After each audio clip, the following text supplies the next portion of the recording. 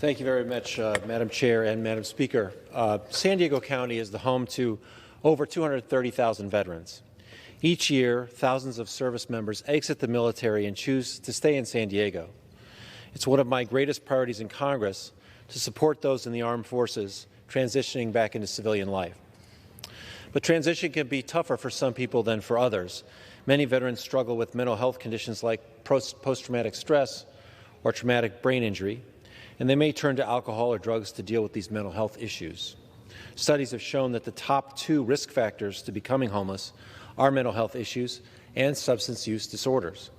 The next biggest risk factor is economic insecurity. In expensive regions like ours, rising housing costs can exacerbate these risks and drive up the rates of homelessness. In our county, we have over 1,000 veterans experiencing homelessness. And now we've made serious progress, as my colleague Mr. French said, here in Congress in reducing the number of veterans experiencing homelessness, primarily due to the HUD-VA supportive housing, or HUD-VASH voucher program, which aims to serve chronically homeless veterans.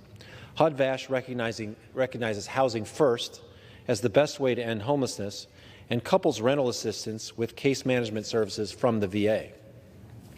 Since this partnership was forged between HUD and the VA in 2009, the rate of veterans' homelessness has been cut in half.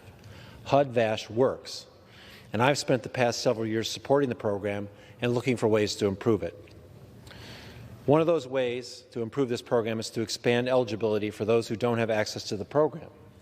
Currently, veterans with other than honorable discharges are not eligible for HUD-VASH because generally they don't have access to VA health care. A veteran could receive, I think as Chairwoman Waters mentioned, an other than honorable discharge for administrative or relatively minor reasons. Now, this eligibility gap prevents thousands of homeless veterans from being housed and from receiving critical supportive services. Now Congress has recognized the value of extending access to veterans for other VA homelessness service programs. 2 years ago, we allowed other than honorable veterans to access the grant and per diem program for transitional housing and supportive services for veterans' families program for rapid rehousing. This bill, my bill, the Bipartisan Veteran House Act, closes this gap. The legislation expands eligibility for the HUD-VASH program to include veterans with other than honorable but not dishonorable discharges. We know how to end veteran homelessness. Several cities across the country have already achieved functional zero.